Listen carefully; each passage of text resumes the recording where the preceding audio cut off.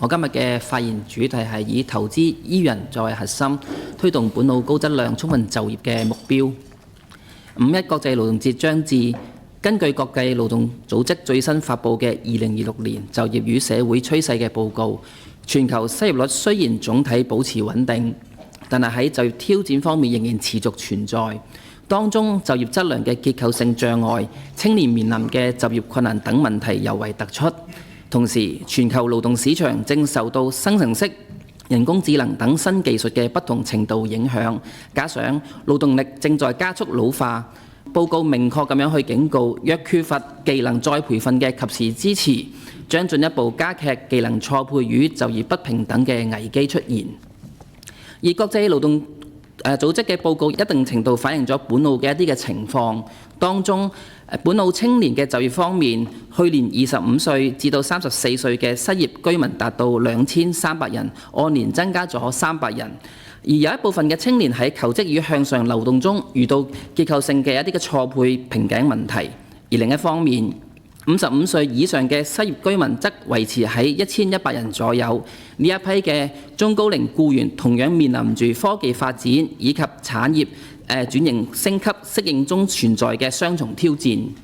而面對上述嘅挑戰，國家15·5規劃已給出明確嘅方向。高質量充分就業係經濟社會發展嘅優先目標，並提出一體推進教育、科技與人才發展嘅戰略部署，進一步突出咗投資於人嘅核心理念。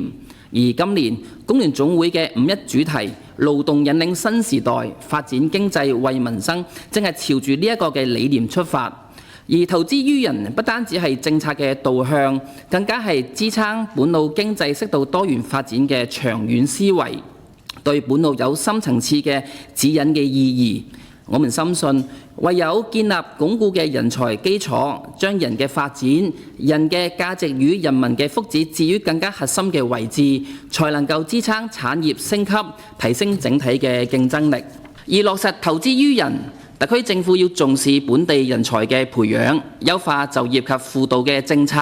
同時要深化技術培育。喺技術變革同埋就業替代嘅浪潮下，必須推動社會各界加大對技能同埋教育嘅資源投入，從而提升居民嘅就業競爭力同埋就業嘅質量。而具體而言，應推動政企校嘅合作，透過精準對接市場嘅需求，消除就業參與嘅障礙，縮小青年就業嘅差距，我哋才能夠填補本澳嘅技能缺口，讓青年及中高齡嘅僱員能夠真正具備適應新興產業、實現向上流動嘅能力，並通過合理嘅勞動分配，讓廣大嘅勞動者僱員分享到經濟發展帶嚟嘅成果。另一方面，投資於人絕不僅限於教育同埋培訓資源嘅硬性投入，更必須構建一個充滿關懷、友善嘅勞動環境。其中最關鍵嘅一環就係優化休假休息權。喺現今嘅社會，優化休假休息權唔應被視為企業成本嘅負擔，更應該被視為對人力資源嘅長遠投資。一方面，充足嘅休息能夠降低職業倦怠，保障僱員嘅身心健康，從而提升僱員有更高嘅專注力同埋創新嘅能力。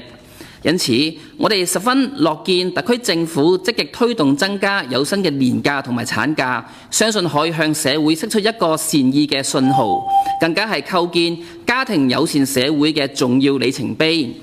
亦相信透過切實保障家庭照顧者嘅休息與休假休息權，能夠有效減輕僱員喺職場拼搏與家庭照顧之間嘅雙重負擔。促請當局盡快落實有關嘅修法工作。最後，喺5·1國際勞動節即將到嚟之際，向所有嘅勞動者表示致意，亦都藉住呢個機會預祝廣大嘅勞動者、各位同事5·1勞動節快樂！多謝各位。